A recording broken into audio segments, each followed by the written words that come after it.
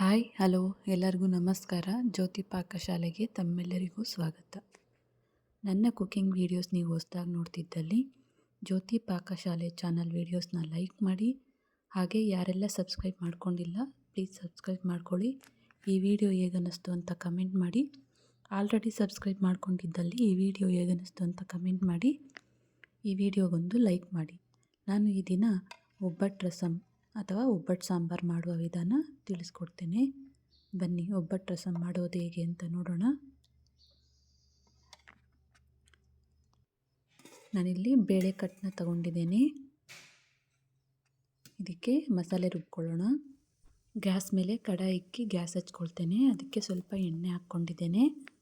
ನಾನಿಲ್ಲಿ 2 ಈರುಳ್ಳಿ ತಗೊಂಡಿದ್ದೇನೆ ಚಿಕ್ಕವು. ಹಾಗೆ 7 ಒಣಮೆಣಸಿನ್ಕಾಯಿನ ಹಾಕ್ಕೊಂಡಿದ್ದೇನೆ. ಇವನ್ನ ಎಣ್ಣೆಯಲ್ಲಿ ಫ್ರೈ ಮಾಡ್ಕೊಳ್ಬೇಕು. ಈರುಳ್ಳಿ ಸ್ವಲ್ಪ ಸಾಫ್ಟ್ ಆಗೋ ತನಕ ಫ್ರೈ ಮಾಡ್ಕೊಳ್ಬೇಕು. ನೋಡಿ, ಈರುಳ್ಳಿ ಎಲ್ಲ ಫ್ರೈ ಆಗಿದ್ದಾವೆ. ಈಗ ಇದಕ್ಕೆ 1 ಗಡ್ಡೆಯಷ್ಟು ಬೆಳ್ಳುಳ್ಳಿ ಹಾಗೆ ಕರಿಬೇವನ್ನ ಹಾಕ್ಕೊಳ್ತೇನೆ. ಸ್ವಲ್ಪ ಇದನ್ನು ಫ್ರೈ ಮಾಡ್ಕೊಳ್ಳೋಣ 1-2 ನಿಮಿಷ. ಈಗ ಇದಕ್ಕೆ 1 ಟೀ ಸ್ಪೂನಷ್ಟು ಜೀರಿಗೆ ಹಾಗೆ ಅರ್ಧ ಟೀ ಸ್ಪೂನಷ್ಟು ಕಾಳುಮೆಣಸನ್ನ ಹಾಕ್ಕೊಳ್ತೇನೆ. ಜೀರಿಗೆ ಹಾಕಿ 1-2 ನಿಮಿಷ ಫ್ರೈ ಮಾಡ್ಕೊಳ್ಬೇಕು.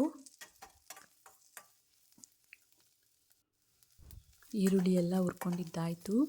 ಈಗ ಇದನ್ನು ಗ್ಯಾಸ್ ಆಫ್ ಮಾಡಿಕೊಂಡು ತಣ್ಣಗಾಗಲು ಬಿಡೋಣ. ಇದನ್ನು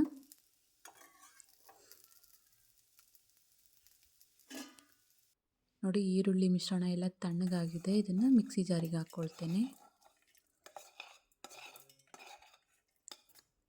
ಹಾಗೆ ಇದಕ್ಕೆ ಚಿಕ್ಕ ನಿಂಬೆಹಣ್ಣಿನ ಗಾತ್ರದಷ್ಟು ಹುಣಸೆಹಣ್ಣನ್ನು ಹಾಕ್ಕೊಳ್ತೇನೆ. ನೀವು ಹುಳಿನ ನೋಡಿಕೊಂಡು ಹುಣಸೆಹಣ್ಣನ್ನು ಹಾಕ್ಕೊಳ್ಬೇಕು. ಇದನ್ನು ರುಬ್ಕೊಬರ್ತೇನೆ. ಈಗ ಇದಕ್ಕೆ ಕೊತ್ತಂಬರಿ ಸೊಪ್ಪನ್ನ ಹಾಕ್ಕೊಳ್ತೇನೆ ಸ್ವಲ್ಪ. ಹಾಗೆ ಒಬ್ಬಟ್ಟಿಗೆ ಬೇಯಿಸಿದ ಬೇಳೆಯಲ್ಲಿ 1 ಕಪ್ಪಷ್ಟು ಬೇಳೆನ ತೆಗೆದಿಟ್ಕೊಂಡಿದ್ದೆ, ಅವನ್ನು ಹಾಕ್ಕೊಳ್ತೇನೆ. ಇದನ್ನು ಸ್ವಲ್ಪ ನೀರು ಹಾಕಿ ನುಣ್ಣಗೆ ರುಬ್ಕೊಬರ್ತೇನೆ. ನೋಡಿ, ಈ ರೀತಿ ನುಣ್ಣಗೆ ರುಬ್ಕೋಬೇಕು. ಈ ಮಸಾಲೆನ ಬೇಳೆ ಕಟ್ಟಿಗೆ ಹಾಕ್ಕೊಳ್ತೇನೆ.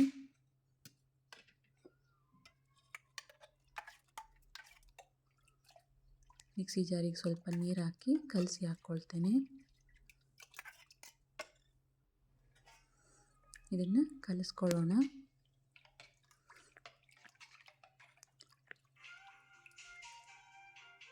ನಾನಿಲ್ಲಿ ಕರಿಬೇವಿನ ಚಿಗುರನ್ನ ಹಾಕ್ಕೊಳ್ತಾ ಇದ್ದೇನೆ.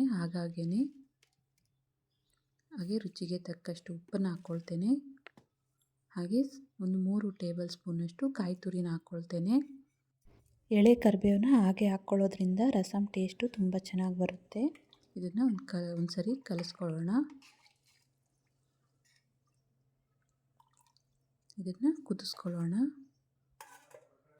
ಗ್ಯಾಸ್ ಮೇಲೆ ಇಟ್ಕೊಳ್ತೇನೆ. ಗ್ಯಾಸ್ ಹಚ್ಕೊಳ್ತೇನೆ.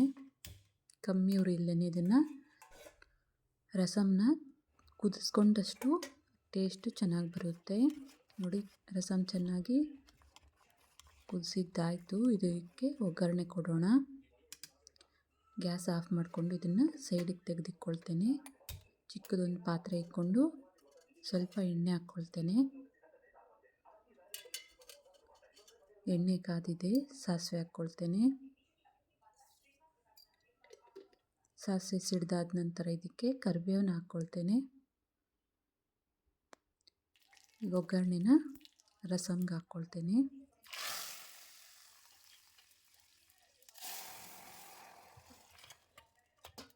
ಕಲಿಸ್ಕೊಳ್ಳೋಣ. ನೋಡಿ, ಒಬ್ಬಟ್ಟು ರಸಮ್ ಒಬ್ಬಟ್ಟು ಸಾಂಬಾರು ರೆಡಿ ಆಯಿತು. ಬಟ್ಲಿಗೆ ಸರ್ವ್ ಮಾಡ್ತೇನೆ. ನೋಡಿದ್ರಲ್ಲ, ಒಬ್ಬಟ್ಟು ರಸಮ್ ಒಬ್ಬಟ್ಟು ಸಾಂಬಾರು ಮಾಡುವ ವಿಧಾನ. ಈ ರೆಸಿಪಿ ನಿಮಗೆ ಇಷ್ಟ ಆಗಿದೆ ಅಂದ್ಕೊಳ್ತೇನೆ. ಇಷ್ಟ ಆದಲ್ಲಿ ಈ ರೆಸಿಪಿಗೊಂದು ಲೈಕ್ ಮಾಡಿ. ಯಾರೆಲ್ಲ ಸಬ್ಸ್ಕ್ರೈಬ್ ಮಾಡ್ಕೊಳ್ತೇವೆ ವಿಡಿಯೋ ನೋಡ್ತಿದ್ದಲ್ಲಿ ಪ್ಲೀಸ್ ಸಬ್ಸ್ಕ್ರೈಬ್ ಮಾಡ್ಕೊಳ್ಳಿ. ಈ ವಿಡಿಯೋ ಹೇಗನ್ನಿಸ್ತು ಅಂತ ಕಮೆಂಟ್ ಮಾಡಿ. ಹಾಗೆ ಈ ವಿಡಿಯೋಗೊಂದು ಲೈಕ್ ಮಾಡಿ. ಧನ್ಯವಾದಗಳು.